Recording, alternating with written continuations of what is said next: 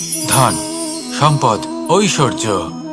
মানুষ হয় নিজের সৌভাগ্যের দ্বারা এগুলো লাভ করে থাকেন বা কর্মের দ্বারা। সৌভাগ্য আসলে কি? গ্রহের দশা যা প্রত্যেক মুহূর্তে বদলাতে থাকে। কর্মের মাধ্যমে যখন আপনি ধন অর্জন করেন, তখন সেই ধন আপনার আগামী প্রজন্ম লাভ করে। সেটা হয় সে ভোগ করে বা তার জন্য তার ভোগান্তি হয়। আর এটা নির্ভর করছে আপনার কর্মের ওপরে। কি কর্ম করেছেন আপনি সেই ধনকে লাভ করার জন্য? যদি আপনি সৎ পথে চলেন, নিষ্ঠা ভরে আপনি কর্ম করে থাকেন এবং তার ফলে আপনি ধন অর্জন করে থাকেন, তাহলে আপনার আগামী প্রজন্ম সেটা ভোগ করবে, সেটা প্রয়োগ করবে নিজের বিকাশের জন্য। কিন্তু যদি আপনি কুকর্ম করে থাকেন, কোনো রকম ছলনা করে থাকেন এই ধন লাভ করার জন্য, তাহলে 100% আপনার আগামী প্রজন্মকে এর জন্য ভুগতেই হবে। তাহলে আপনি কি চাইবেন? যে আপনার আগামী প্রজন্ম সুখ ভোগ করবে, নাকি আপনার কুকর্মের পরিণাম ভোগ করবে? নির্বাচন আপনারই। আসুন আমার সাথে ভালোবেসে বলুন, রাধা রাধা। লোভ আপনার অন্তরের আরো একটা শত্রু। দেখতে গেলে এটা একটা শব্দ, একটা সংস্কৃত শব্দ। লব ধাতু থেকে উৎপন্ন হয়েছে। এর অর্থ কিছু লাভ করা। কিছু লাভ করা অনুচিত নয়, আরো কিছু লাভ করাও অনুচিত নয়, কিন্তু সব থেকে বেশি আমিই লাভ করব, আমি আরো চাই, আরো বেশি চাই, আরো বেশি পেতে চাই, এটাই হলো লোভ। আর এই লোভ যখন গ্রাস করে, তখন আপনি যা পেতে চান, সে ধনই হোক বা মানই হোক, তা অর্জন করার জন্য মানুষ যে কোনো স্তরে পৌঁছে যেতে পারে। যদি মানুষ ধন অর্জন করতে চান, তাহলে তার জন্য তারা অধর্মের পথেও চলতে পারেন। যদি সম্মান অর্জন করতে চান, তাহলে অন্য মানুষকে ছোটও করতে পারেন। শেষ পর্যন্ত আপনার এটা মনে হতে পারে যে যদি একটু অল্পই প্রাপ্ত করতাম, কিন্তু ভালোবেসে প্রাপ্ত করতাম, এই জীবন আরো অনেক বেশি সুখী হতো। লোভ আপনার জীবনে, আপনার মনে কখন যে প্রবেশ করবে সেটা আপনি জানতেও পারবেন না। তাই এটা চিনতে শিখুন আর তৎক্ষণাৎ জীবন থেকে বাইরে ফেলে দিন। যা কিছু লাভ করতে চান তা ভালোবেসে লাভ করুন, আর সেই ভালোবাসার সাথেই বলুন, রাধা রাধা। জীবনে ক্ষমা চাওয়া তাও কিছুটা সহজ, ক্ষমা করতে পারা অত্যন্ত কঠিন। ক্ষমা 2 অক্ষরের এই শব্দ হতে পারে, কিন্তু অত্যন্ত বড় এই শব্দ, অত্যন্ত গুরুত্বপূর্ণ এই শব্দ। কখনো কখনো অন্য কাউকে ক্ষমা করে দেওয়া তাও কিছুটা সহজ কাজ, কিন্তু নিজেকে ক্ষমা করতে পারা অত্যন্ত কঠিন হয়ে দাঁড়ায়। অতীতে যদি আমাদের এমন কোনো ভুল হয় যে কারণে আমরা নিজেকে ক্ষমা করতে পারি না, অনেক সময় এমন কিছু ভুল করে বসি যে বিষয় শুধু আমরাই জানি, কিন্তু আমরা নিজেকে ক্ষমাই করতে পারি না, আর আমাদের বিকাশ সেখানে স্তব্ধ হয়ে যায়। কারণ যদি আপনি ক্ষমা করতে না শেখেন, নিজেকে ক্ষমা যদি না করতে পারেন, তাহলে তা আপনার জীবনের সব থেকে বড় বাধা হয়ে দাঁড়াবে। সেই জন্য জীবনে অবশ্যই শিখুন যে কিভাবে নিজেকে ক্ষমা করতে হয়, আর শিখুন যে আগের করা ভুল আবার কি করে না করা যেতে পারে। এই মন হালকা হবে আর প্রসন্ন হয়ে বলবে, রাধা রাধা। এই সংসারে যখনই কোনো সমস্যা আসে, তখন আমরা আমাদের সব থেকে বড় সম্বলের কাছে আশ্রয় খুঁজি, তা হলো আমাদের বিশ্বাস। এবার প্রশ্ন হলো এটাই যে এই বিশ্বাস কার ওপর করা যেতে পারে? পরিবারের ওপর, বন্ধুর ওপর, নাকি তাদের ওপর বিশ্বাস করা উচিত যাদেরকে আমরা কখনো সঙ্গ দিয়েছি? দেখুন, এই সংসারে বিপদের সম্মুখীন হলে কে আপনাকে সাহায্য করবে সেটা নির্বাচন করা আপনার হাতে নেই। সেটা সেই সকল ব্যক্তির উপর নির্ভরশীল যে তারা আপনাকে সাহায্য করবে নাকি করবে না। অর্থাৎ যখনই কোনো বিপদ আসে, সর্বপ্রথম তার সম্মুখীন আমাদের নিজেকেই হতে হয়, আর তার জন্য প্রস্তুত থাকা প্রয়োজনীয়। সেই শক্তি, সেই সাহস অর্জন করা প্রয়োজনীয়। দেখুন, যখনই অন্ধকার আসে, তখন সবার আগে কে আপনাকে ত্যাগ করে চলে যায়? আপনার নিজেরই ছায়া। এই অন্ধকারের সম্মুখীন হতে হয় অন্তরের প্রদীপের দ্বারা, অন্তরের আত্মা দ্বারা। তবেই আপনি অন্ধকারের ওপর জয়লাভ করতে পারবেন। সেই জন্য যে বিপদই আসুক না কেন, নিজেকে তার জন্য প্রস্তুত রাখা উচিত। সেই সাহস নিয়ে আসুন। এমন কোনো বিপদ নেই যা আপনাকে ভেঙে দিতে পারে। আসুন আমার সাথে ভালোবেসে বলুন, রাধা রাধা। মানুষ সবসময় চায় যে তার জীবনে যেন কখনো কোনো সমস্যাই না আসে। সে চায় তার জীবন যেন শুধুমাত্র শান্তি এবং সুখের দ্বারা পূর্ণ থাকে। কিন্তু এই চাহিদা অনুচিত কিছু নয়। আমরা সবাই এটাই চাই যে জীবনে সুখ থাক, শান্তি থাক। কিন্তু এই কথা সবসময় মনে রাখবেন, যে সূর্য উদিত হন সংসারকে প্রকাশমান করেন, দুপুরবেলায় সংসারকে রৌদ্র প্রদান করেন, সন্ধেবেলায় তাকেও অস্ত যেতে হয়। এবার আমাদের জীবন চক্র কিছুটা এরকমই। কোনো কিছুই চিরকাল একরকম থাকে না। কখনো এই নদীকে দেখুন যা বয়ে চলেছে। এই নদী যা বয়ে চলেছে তার পথেও অনেক বিপদ আসে। বড় বড় পাথরের সম্মুখীন হয়ে তাকেও সামনে এগিয়ে যেতে হয়। একটি পুকুর যা চারদিক থেকে ঘেরা, তার জীবনে কিন্তু কোনো সমস্যা নেই। কিন্তু এই সংসারে পুকুরের পুজো করা হয় না, পুজো করা হয় নদীকে। মনে রাখবেন, সমস্যার ঊর্ধ্বে তিনি উঠতে পারেন যিনি সমাধি লাভ করেছেন, যিনি এই সংসারেই নেই। যিনি এই সংসারে আছেন এবং জীবিত আছেন, তার জীবনের সমস্যা হলো শ্বাসবায়ুর মতোই গুরুত্বপূর্ণ। আসুন আমার সাথে ভালোবেসে বলুন, রাধা রাধা। আজ আমি আপনাকে একটা ছোট্ট কাহিনী শোনাবো। একবার আমি, রাধা আর দাদা, আমরা তিনজনে মিলে লুকিয়ে একটা উপবনে গেলাম আম পেড়ে খেতে। অনেক পরিশ্রম করে আমরা ওখানে পৌঁছলাম আর আমরা আশ্চর্যচকিত হয়ে গেলাম এটা দেখে যে এবার তো আম পাকেইনি। এবার দাদা কি করলেন, একটা আম পাড়লেন আর সেটা চাখলেন, আর উনি নিরাশ হয়ে পড়লেন। উনি বললেন যে এটা তো খুবই টক। তারপর রাধা একটা আম পাড়ল আর সেটা চেখে দেখল, আর রাধা উৎসাহিত হয়ে পড়ল। আমি রাধাকে জিজ্ঞেস করলাম, কি হয়েছে, তুমি এত উৎসাহিত কেন? তখন রাধা বলল যে এবার এত বেশি টক আম হয়েছে যে এগুলো দিয়ে আমরা আচার বানাবো। তাহলে দাদা ওখান থেকে বেরিয়ে গেলেন নিরাশ হয়ে এবং খালি হাতে। রাধাও ওখান থেকে বেরিয়ে গেল কিন্তু উৎসাহিত হয়ে, আর অনেকগুলো কাঁচা আম সাথে নিয়ে। এর থেকে আমরা কি শিক্ষা পেতে পারি? যে প্রত্যেকটা স্থানে এমন কিছু রয়েছে যেখান থেকে আমরা কিছু একটা শিক্ষা লাভ করতে পারি, যা আমাদেরকে বিকাশের পথে নিয়ে যেতে পারে। এই শিক্ষা প্রত্যেক স্থানে আছে। সবকিছু আমাদের দৃষ্টিভঙ্গির উপর নির্ভর করছে। যখনই আমাদের জীবনে, আমাদের সম্পর্কে কোনো সমস্যা, কোনো বিপদ আসে, তখন বেশিরভাগ মানুষ সেই বিষয় নিয়ে দুঃখী হয়ে পড়েন। আর কিছু মানুষ এমনও থাকেন যারা শেষ পর্যন্ত তার সমাধান করেন, বিপদকে পরাজিত করেন, সম্পর্কগুলিকে আবার জুড়ে দেন। যদি আপনি সুখের খোঁজ করেন তাহলে আপনি সুখ অবশ্যই পাবেন, প্রসন্নতা অবশ্যই পাবেন। যদি আপনি দুঃখ খোঁজেন তাহলে দুঃখ অবশ্যই পাবেন। এবার আপনি কি খুঁজতে চান, সেই চয়ন আপনারই।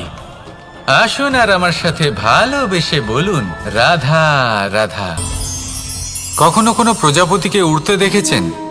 কি সুন্দর উড়ে বেড়ায় সে, এক ফুল থেকে অন্য ফুলে, এক পাতা থেকে অন্য পাতার উপর। কিন্তু সে কিভাবে উড়তে শেখে কখনো ভেবেছেন? জন্ম থেকেই কিন্তু প্রজাপতির ডানা থাকে না। ও কিন্তু ছোট্ট একটা ডিমের আকারে জন্ম লাভ করে।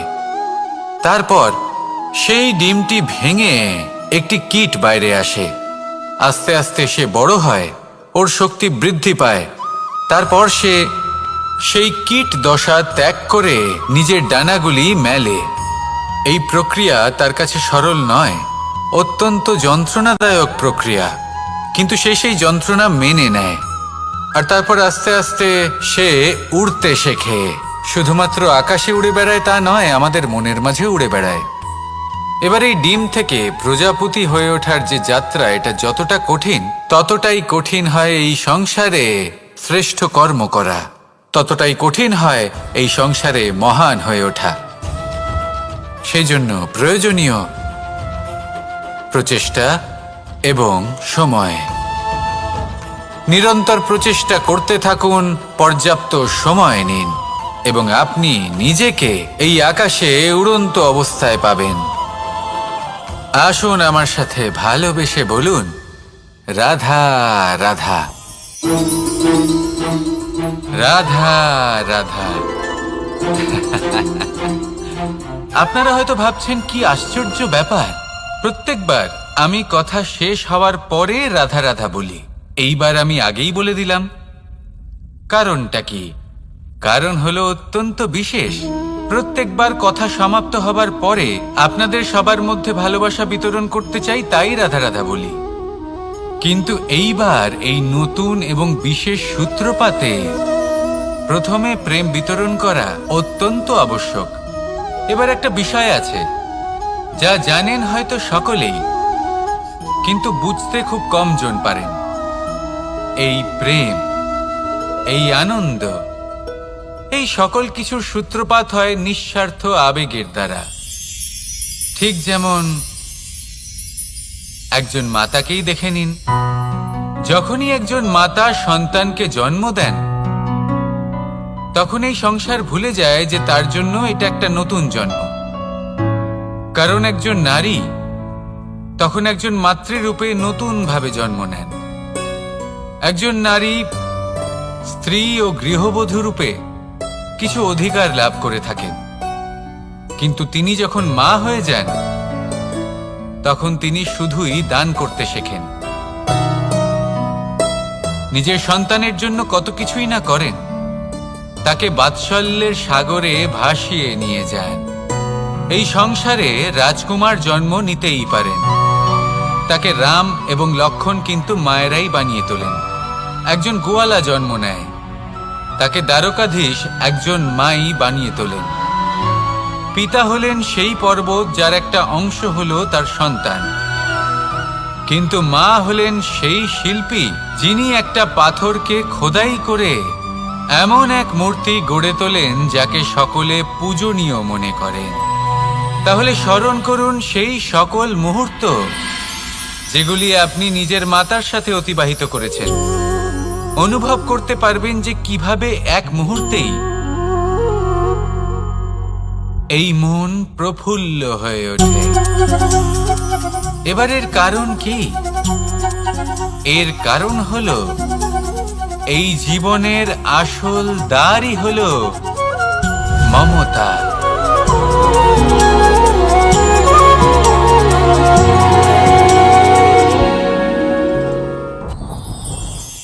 যত শক্তিশালী এই মন, তত শক্তিশালী এই শরীরও। এই যে আমাদের শরীর, এটা আসলে কি? এ হলো একটা রথের মতো। আর একটা রথ ততক্ষণ চলতে পারবে না যতক্ষণ না তাকে কোনো সারথি চালাবে। এই মন হলো শরীরের সারথি। এবার ভাবুন, যদি এই সারথি শক্তিহীন হয়, দুর্বল হয়, তাহলে এই রথের কি হবে? এটা উচিত পথে চলতে পারবে না, উচিত গতিতে চলতে পারবে না, মন মতো স্থানে এটা পৌঁছতেও পারবে না। সেই জন্য মনের শক্তি অত্যন্ত প্রয়োজনীয়। এবার মনের শক্তি আমরা কোথা থেকে লাভ করি? দৃঢ়তার শক্তি থেকে। এবার এই শক্তি আমরা কিভাবে বাড়াতে পারি? আমরা প্রতিদিন কিছু নতুন স্থির করি, কিছু ছোট কিছু বড়। আর যেই আমরা নতুন কিছু পূর্ণ করি, আমাদের মনের শক্তি বেড়ে যায়। আর যদি পূর্ণ না করতে পারি, মনের শক্তি কমে যায়। একটা দেওয়ালের মতো ছোট ছোট ছোট ছোট শিলা আমরা একটার পর একটা স্থাপন করে একটা দেওয়াল তৈরি করি। এতগুলো পাথর যখন একত্রিত হয়ে যায়, তখন এমন এক দেওয়াল তৈরি হয় যাকে ভাঙা প্রায় অসম্ভব হয়ে দাঁড়ায়। সেরকমই হয় মন এবং দৃঢ়তা। ছোট ছোট কাজ করে নিজের লক্ষ্য পূর্ণ করুন। এই লক্ষ্য যদি পূর্ণ হয়, তবে মনের শক্তি বাড়বে। কিছুটা এইভাবে যে যত বড়ই বিপদ আসুক না কেন, সেই বিপদ নিজে হার মেনে নেবে, কিন্তু আপনার মন ততটাই শক্তিশালী থাকবে। তাই মনের শক্তি বাড়াতে থাকুন, যাতে আপনি উচিত পথে চলতে পারেন, উচিত গতিতে চলেন আর মনোবাঞ্ছিত স্থানে পৌঁছতে পারেন। তবেই এই মন প্রসন্ন হয়ে বলবে, রাধা রাধা। আমি রাধাকে ভালোবাসি। আর এই কথাটা সমগ্র সংসার জানে। আর সময় অন্তরে লীলার দ্বারা, বিভিন্ন ঘটনা দ্বারা, কর্মের দ্বারা আমি নিজের এই ভালোবাসা রাধার সামনে প্রকাশ করি। এবার আপনি বলবেন, এসবের কি প্রয়োজন? রাধা কি এই কথা জানে না যে কৃষ্ণ তাকে কতটা ভালোবাসে? অবশ্যই জানে, কিন্তু এই যে ভালোবাসা, তা মনে রেখে দেওয়ার জন্য নয়, তা প্রকাশ করার জন্য। আর বারংবার এই ভালোবাসাকে প্রকাশ করা উচিত, উচিত সময় এবং উচিত সুযোগ দেখে। কিরকম? এবার যদি আপনি প্রেমীর সাথে কোনো উৎসবে থাকেন, তাহলে তার সাথে নৃত্য সঙ্গীত করুন। যদি ভিড়ের মাঝে থাকেন, তখন প্রেমীকে সম্মান করুন, একান্তে প্রসাধন করুন। দুঃখের সময় তার হাত ধরে থাকুন, সুখের সময় আলিঙ্গন করে রাখুন। এই প্রেম যত প্রকাশ করবেন, ততই এই প্রেমের বৃদ্ধি হবে। এই প্রেম আরো বেশি গভীর হবে, অটুট হবে। তাই এই প্রেমকে মনে নয়, আপনার জীবনে স্থান দিন। মন খুলে প্রকাশ করুন আর আমার সাথে ভালোবেসে বলুন, রাধা রাধা। মুঠো হাতের শক্তি বেশি, মুঠো খুললেই তা দুর্বল। তা এমন কি থাকা উচিত এই বন্ধ মুঠোয় যা লাখের সমান? মানসিকতা এবং স্বপ্ন। মানুষ জন্মগ্রহণ করে, তার মানসিকতা সময়ের সাথে উন্নত হয়। মানসিকতা অনুযায়ী সে স্বপ্ন দেখে, আর সেই স্বপ্ন সার্থক করতে সে পরিশ্রম করতে থাকে। কিন্তু খুব গুরুত্বপূর্ণ একটা কথা আছে যা আপনার মনে রাখা উচিত। আপনার এই মানসিকতা, আপনার এই স্বপ্ন, তা যেন আপনার নিয়ন্ত্রণে থাকে। আপনার বন্ধ মুঠোয় যেন এর লাগাম থাকে, আপনি যেন এর প্রভু হন। যদি তা হয়, তবেই আপনি লাভবান হবেন। যদি এরা আপনাকে নিয়ন্ত্রণ করতে থাকে, যদি আপনার মুঠো খুলে যায়, না পথ আপনার নিয়ন্ত্রণে থাকবে, না মানসিকতা থাকবে, না স্বপ্ন নিয়ন্ত্রণে থাকবে। আর যদি তাই হয়, তাহলে আপনি আপনার ভবিষ্যৎ নষ্ট করে ফেলবেন। তাই নিয়ন্ত্রণ করতে শিখুন নিজের বিচার বুদ্ধি, নিজের মানসিকতা, নিজের স্বপ্নকে। নিজের এই স্বপ্ন পূরণ করুন আর আমার সাথে ভালোবেসে বলুন, রাধা রাধা। আমার কাছে যশোদা মা যেমন, আমার কাছে দেবকী মা যেমন, আমার কাছে ঠিক তেমনই হলেন গোমাতা। এবার ভেবে দেখার বিষয় হলো এটা, যে এই সংসারে অসংখ্য প্রাণী আছে। একজন গাইকে একজন মায়ের মর্যাদা কেন দেওয়া হয়? তাহলে এর অনেকগুলো কারণ আছে। এই গাই অর্থাৎ গোমাতা, এনারা হলেন অত্যন্ত শান্ত, শান্তিপ্রিয়, কখনো কারোর কোনো ক্ষতি করতেই পারেন না। গোমাতা যে দুধ নিজের বাছুরকে পান করান, সেই দুধই আমাদেরও দেন। সেই দুধ পান করে আমরা শক্তি লাভ করি। এই দুধ থেকে আমরা মাখন, ঘি, পায়েস, এইসব সুস্বাদু খাবার লাভ করি। গোমাতার গোবর আমাদের জ্বালানি হিসেবে সাহায্য করে, যার ফলে খুব কম সংখ্যক কাঠ ব্যবহার করা যায় এবং বেশিরভাগ জঙ্গল সুরক্ষিত থাকে। গোমাতার গোমূত্র, সেটাও আমাদের কাছে লাভজনক। এর দ্বারা আমরা অনেক রোগ থেকে মুক্তি লাভ করতে পারি। গোমাতা যখন একটি বাছুরকে জন্ম দেন, তখন সেই বড় হয়ে আমাদের ক্ষেত কর্ষণ করে। সেই জন্য গাইকেও জীবনে মায়ের মর্যাদা দেবেন। যতটা সম্ভব তাকে সেবা করুন এবং ভালোবেসে তাকে পালন করুন। এই মন নিজে থেকেই প্রসন্ন হয়ে বলবে, রাধা রাধা। চলতে থাকা, থেমে যাওয়া, বিশ্রাম নেওয়া, তারপর দম নিয়ে পুনরায় দাঁড়িয়ে পড়া, আর তারপর আবার সেই পথ চলা। এটা জীবনের অভিন্ন এক অঙ্গ, এটার থেকে আপনি পালাতে পারবেন না। কিন্তু এই অঙ্গকে আপনি নিজের জীবনে কিভাবে প্রয়োগ করবেন, কিভাবে তাকে কাজে লাগাবেন, সেই সিদ্ধান্ত আপনাকে নিতে হবে। যারা হেরে যান তারাও জীবনে থমকে যান, আবার যারা জেতেন তারাও দাঁড়িয়ে পড়েন।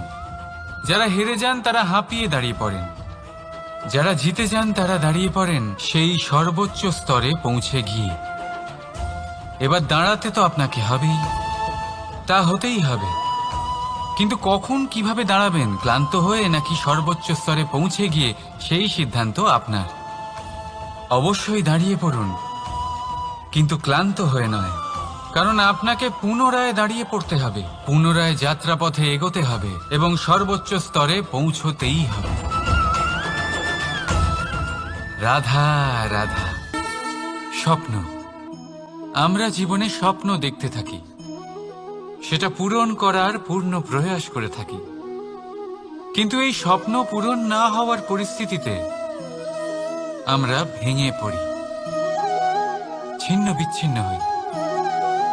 আর তারপরেই বোঝা আমরা আগামী প্রজন্মের ওপর রীতিমতো চাপিয়ে দিই। আমরা এটাই মনে করি যে আমরা যেটা হতে পারিনি সেটা আমাদের সন্তান অবশ্যই হবে। আমরা যা কখনো পাইনি আমাদের সন্তান অবশ্যই তা পাবে।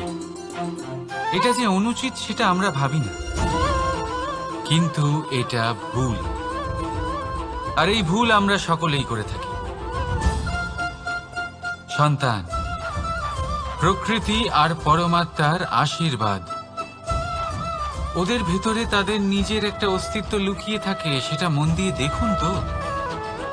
আপনি শুধু ওই সন্তানকে জন্ম দিয়েছেন, কিন্তু ওর জীবন আপনার নয়। তাই নিজের সন্তানের সাথে থাকুন, সময় কাটান, ওদেরকে ভালোবাসুন, সবসময় প্রেরণা দিন, কিন্তু প্রেরণা দিন ওর নিজের অস্তিত্বকে বাড়ানোর জন্য, ওর নিজের স্বপ্ন পূরণ করার জন্য, আপনার স্বপ্ন পূরণ করার জন্য নয়। ওদের অস্তিত্বকে পূর্ণাঙ্গে বৃদ্ধি পেতে দিন। রাধা রাধা। এই পুকুর দেখছেন আপনি? পুকুরের জল কখনো প্রবাহিত হয় না, একই স্থানে জমে থাকে, আর সেই কারণে কিছুদিন পর ময়লা হতে শুরু করে। কিন্তু তাও আমরা একে ত্যাগ করি না, আমরা তবুও একে পুজো করি। শুধুমাত্র এই কারণে নয় যে অতীতে সে আমাদের তৃষ্ণা মিটিয়েছে, কিন্তু এই কারণেও যে যদিও বা সে ভবিষ্যতে আমাদের তৃষ্ণা না মেটায়, কিন্তু প্রয়োজন হলে আগুন অবশ্যই নেভাতে পারে। ঠিক সেই রকমই হয় আমাদের সম্পর্ক, সম্পর্ক যা আমরা বহু বছর পরিশ্রম করে তৈরি করি, যে দরকার পড়লে আমাদের সহায়ক হয় কোনো না কোনোভাবে। সেই জন্য সম্মান করতে শিখুন এই সম্পর্কগুলিকে, শিখুন এই সম্পর্কগুলিকে অটুট রাখতে। কথায় কথায় এই সম্পর্কগুলিকে ভেঙে দিতে শিখবেন না। রাধা রাধা। বিষ, এই শব্দটা শুনলেই মনে অনেক কল্পনা জন্ম নেয়।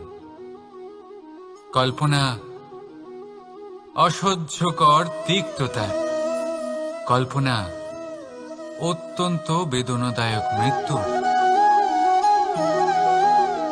এবার যদি আপনাকে জিজ্ঞেস করা হয় যে সবচেয়ে বিষাক্ত বিষ কোনটা, তাহলে আপনি কি বলবেন? কেউ বলবে সর্পের বিষ, কেউ বলবে কাঁকড়া বিছের, কেউ বলবে কালকিউটের বিষ। কিন্তু না, এই সমস্ত রকম বিষ সেই বিষের সামনে টিকতে পারবে না যাকে আমরা বলে থাকি কানের মধ্যে ঢালা বিষ। শুনতে অত্যন্ত মিষ্টি, কিন্তু তিক্ততায় অত্যন্ত বিষাক্ত। পেটের মধ্যে যাওয়া এই বিষ শুধুমাত্র একটি মানুষের মৃত্যুর কারণ হয়, কেবল একটি। কিন্তু কানের মধ্যে ঢালা এই বিষ একাধিক সম্পর্কের নাশ করতে পারে। আর এটাতে সেই ব্যক্তির ভুল নেই যে আপনার কানে বিষ ভরেছে, আপনি তাকে দোষ দিতে পারেন না। এখানে দোষ আপনার নিজের, যে এই বিষকে আপনি নিজের উপরে প্রভাব ফেলতে দিয়েছেন, এই বিষকে সুযোগ দিয়েছেন আপনার ক্ষতি করতে। এটা আপনার ভুল। সেই জন্য কুমন্ত্রণায় কখনো কান দেবেন না। আপনার মনে ভালোবাসার দৃঢ়তা জাগিয়ে তুলুন আর নষ্ট করে দিন এই সংসারের সমস্ত বিষের প্রভাবকে। রাধা রাধা। জীবন,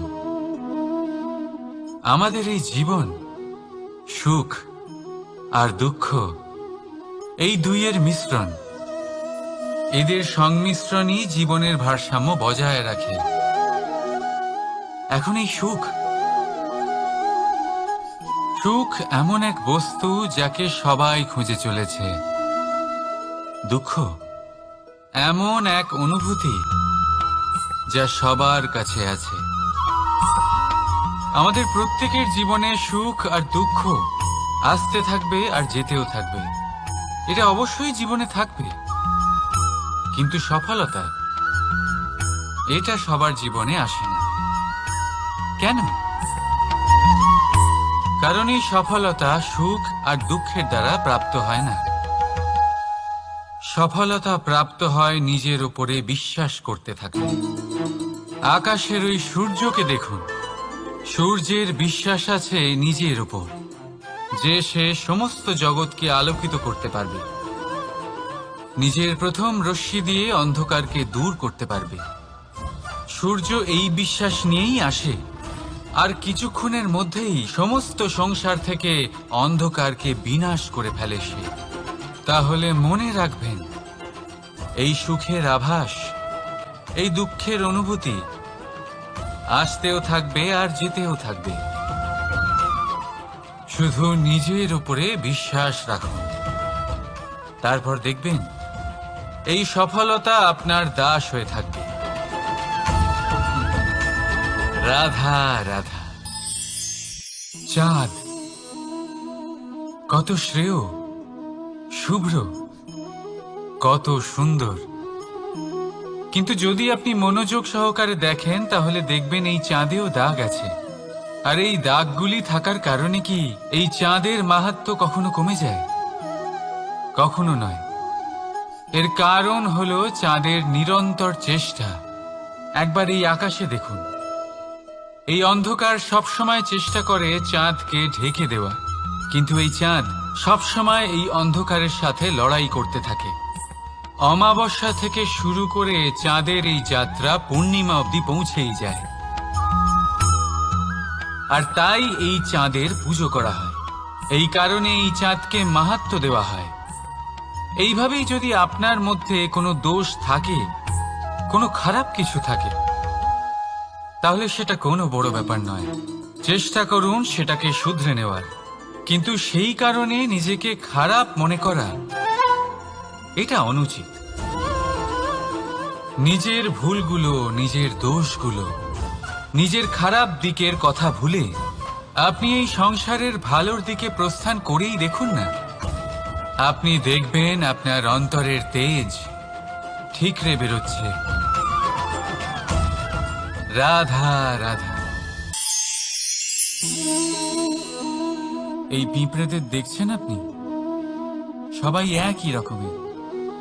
এদের মধ্যে তফাৎ খুঁজে বার করা অসম্ভব। মনে হয় যেন ওদের আলাদা আলাদা অস্তিত্বই নেই। কিন্তু যদি আপনি মন দিয়ে দেখেন তাহলে দেখবেন প্রতিটা পিঁপড়ের আলাদা কাজ নির্ধারিত, তাদের আলাদা অস্তিত্ব আছে। কেউ বাড়ি বানানোর জন্য মাটি সংগ্রহ করতে পটু, কেউ ঢিপি বানাতে পটু, কেউ খাবার খোঁজায় পটু, আবার কেউ সেই খাবার আনায় পটু। ঠিক সেরকমই হয় মানুষেরা। মনে হতেই পারে সবাই একই রকম, কিন্তু প্রতিটা মানুষের ব্যক্তিত্ব, প্রতিটা মানুষের অস্তিত্ব ভিন্ন হয়। আর সত্যি কথা বলতে কি, প্রতিটা মানুষের ভিন্নতাই আমাদের প্রগতির দিকে নিয়ে যায়। ভাবুন, যদি আপনাকে কারোর সাথে হাত মিলিয়ে চলতে হয়, তাহলে আপনাকে আপনার সোজা হাত তার উল্টো হাতে ধরে এগোতে হবে। এটাই সৃষ্টিকর্তার সৃষ্টির নিয়ম। ভিন্নতা, এই ভিন্নতাকে আশীর্বাদ ভেবে চলুন, এতে কোনো খারাপ নেই। রাধা রাধা। দাদা আমাকে বহুবার জিজ্ঞেস করেন যে কানাই, তুমি রাধার সাথে এই সংসারকে প্রেম শেখাতে এসেছো, তাহলে কেন তুমি রাধাকে এত বিরক্ত করো? কেন ও তোমাকে বিরক্ত করে? কেন এই ঝগড়াঝাটি হয়? কেন এই টানাপোড়েন চলে? এবার এটার উত্তর আমি কিছুটা এইভাবে দিতে চাই। পিঁপড়ে সেই বাড়িতেই প্রবেশ করে যেখানে মধু উপস্থিত আছে। যদি আপনার বাড়িতে মধু থাকে, কোনো মিষ্টি জিনিস থাকে, মিষ্টত্ব থাকে, তাহলে পিঁপড়ে সেখানে অবশ্যই প্রবেশ করবে। ঠিক এই রকমই হয় আমাদের সম্পর্ক। এর মধ্যে ছোটখাটো ঝগড়াঝাটি, টানা পড়েন, রাগ করা, মন ভাঙানো, এই সব তো চলতেই থাকে, বিশেষ করে সেই সম্পর্কগুলিতে যেখানে মিষ্টত্ব আছে। মনে রাখবেন, যেই সম্পর্কে কোনো খুনসুটি নেই, রাগ করা, মান ভাঙানো নেই, কোনো ছোটখাটো ঝগড়াঝাটি নেই, সেই সম্পর্ক শুধুমাত্র মস্তিষ্ক দিয়ে পালন করা হচ্ছে, মন থেকে নয়। তাই মন থেকে ভালোবাসতে শিখুন। আর এই ছোটখাটো ঝগড়াঝাটির, এই অম্ল মধুর খুনসুটির আনন্দ উপভোগ করুন, কারণ এতেও ভালোবাসা আছে। রাধা রাধা। এই পুস্তক বড়ই কাজের জিনিস। কাহিনী হোক, কবিতা হোক, স্মৃতি হোক, এতে যাই লিখে দেবেন তা ভবিষ্যতের পুঁজি হয়ে যাবে।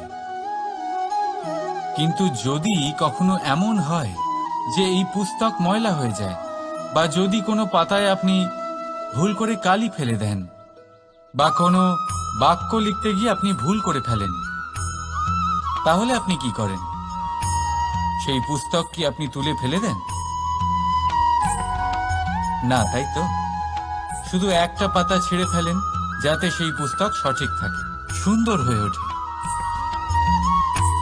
এই পুস্তকের মতোই হয় আমাদের সম্পর্ক। তার সেই এক পাতা, একটা ভুল। তাই যে কোনো সম্পর্কে যদি কারোর কোনো ভুল হয়ে গিয়ে থাকে, তাহলে সেই ভুলকে সম্পর্ক থেকে দূরে করা সঠিক হবে। সেই ভুলকে ভুলে যাওয়াই সঠিক হবে। সেই সম্পর্ক ভাঙা নয়, সেই সম্পর্ক সামলে রাখুন।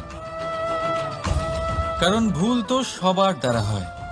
যদি এরকম করেন, তবেই জীবনরূপী পুস্তক আরো সুন্দর হয়ে উঠবে। একে অপরকে ক্ষমা করতে শিখুন, একে অপরের ভুলকে ভুলে যেতে শিখুন। তারপর দেখবেন এই জীবনে আরো আনন্দ আসবে, আর এই সম্পর্ক নিঃশ্বাস নিতে থাকবে। রাধা রাধা।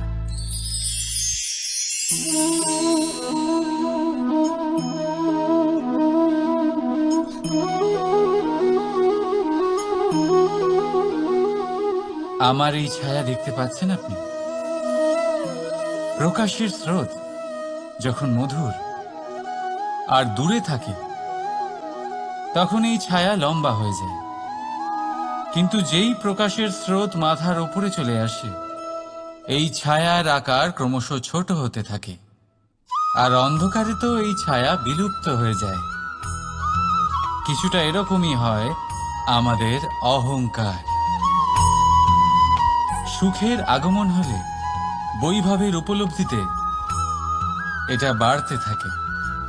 কিন্তু যেই সংকটের তাপ বেড়ে ওঠে, অহংকার ছোট হতে থাকে। আর যখন সংকটের এই অন্ধকার আমাদের চারিদিক থেকে ঘিরে ধরে, তখন এই অহংকার আমাদের ছায়ার মতোই বিলুপ্ত হয়ে যায়।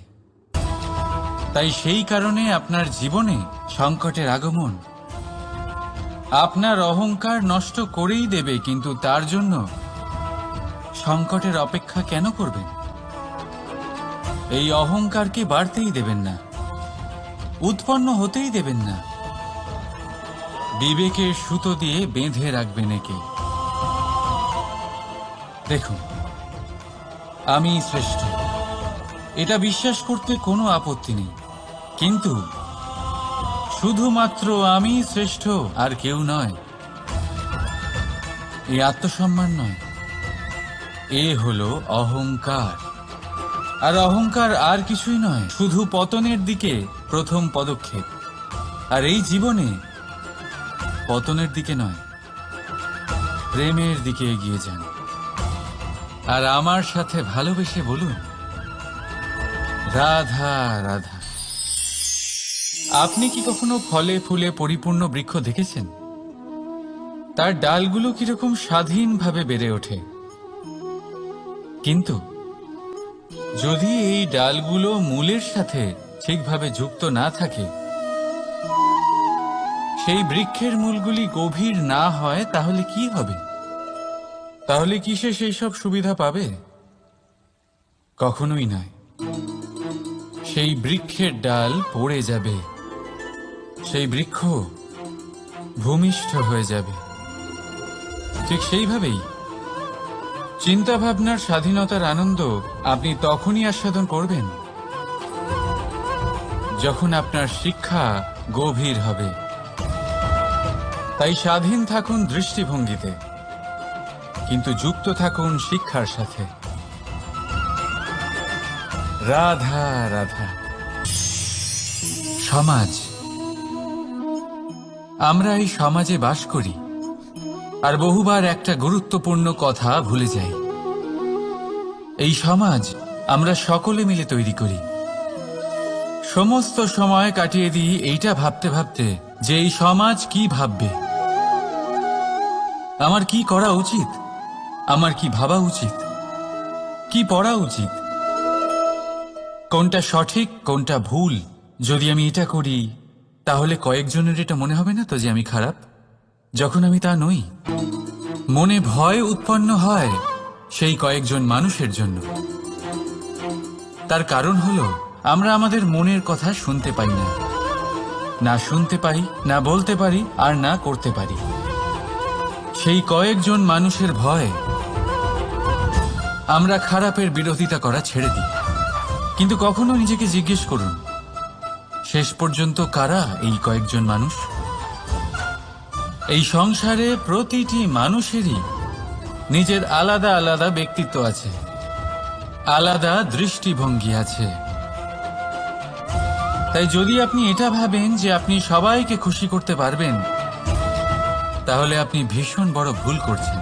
জীবনে কর্ম তাই করুন যাতে আপনার অন্তরাত্মা সন্তুষ্ট হয়, আর অন্তরাত্মা সন্তুষ্ট তখনই হবে যখন আপনার কর্ম শুভ হবে।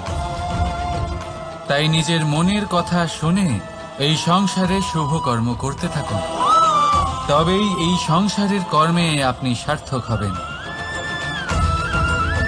রাধা রাধা। এই পাতাকে দেখুন, কত কোমল, কত শীর্ণ। যদি এর উপরে একটুও জোর খাটান বেঁকে যাবে। পাতা তো এরকমই হয়, একটু জোর খাটালেই তা বেঁকে যায় এদের নমনীয়তার জন্য। কিন্তু ওদের এই নমনীয়তার জন্য ঝড়ে বিপর্যয়ে ওরা ভেঙে পড়ার থেকে বেঁচে যায়। যদি এদের বদলে কোনো দৃঢ় বৃক্ষ হয়, তখন হাওয়ার তীব্র গতি সে সহ্য করতে পারে না, তার সম্মুখীন হতে পারে না, ভেঙে পড়ে যায় সে। ঠিক সেই রকমই হয় আমাদের সম্পর্ক। যদি এর মধ্যে সেই নমনীয়তা না থাকে, অহংকারের দৃঢ়তা থাকে, সেই সম্পর্ক নষ্ট হয়ে যায়। তাই আনুন এই নমনীয়তা আপনার সম্পর্কে, যাতে কাল যদি কোনো সমস্যা এসে দাঁড়ায়, এই সম্পর্ক যেন না ভেঙে যায়। একবার ওই আকাশের দিকে তাকান, সূর্য চন্দ্রকে দেখে নত হয়ে যায়, আর আমরা তো সাধারণ মানুষ। তাই সম্পর্ক নিচু করবেন না, সম্পর্কের সামনে নত হতে শিখুন। রাধা রাধা। প্রেম, আমরা সকলে প্রেম করি, প্রেম পাওয়ার চেষ্টা করতে থাকি। আর এমনও অনেক মানুষ আছেন যারা প্রেম অর্জন করেও ফেলেন, কিন্তু সেখান থেকে শুরু হয় এক নতুন অধ্যায়ের। আচমকা দুই প্রেমীর কিছু অনুচিত বলে মনে হতে থাকে, আচমকা দুজনে নিজেদের অস্তিত্ব নিয়ে বিচলিত হতে থাকেন। এবার এমন হলে কি করা যেতে পারে? দেখুন, এই হলো হলুদ,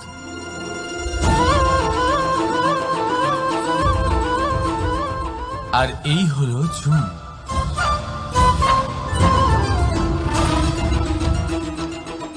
এবার এটাকে দেখুন, যখন চুন আর হলুদকে একসাথে মিলিয়ে দেওয়া হলো, তখন ওরা নিজেদের রং ত্যাগ করে দিয়ে একটা নতুন রং তৈরি করল। প্রেমের রঙও কিছুটা এইভাবে অর্জন করা হয়। এখানে কোনো আমি থাকে না, শুধু আমরা হয়, শুধু একাত্ম হয়। সেই জন্য ত্যাগ করুন নিজের অস্তিত্বকে, আর মনের উত্তেজনাকে আলিঙ্গন করুন। তারপর দেখুন আপনার এই প্রেম আপনাকে কোথায় কোথায় নিয়ে যায়। রাধা রাধা।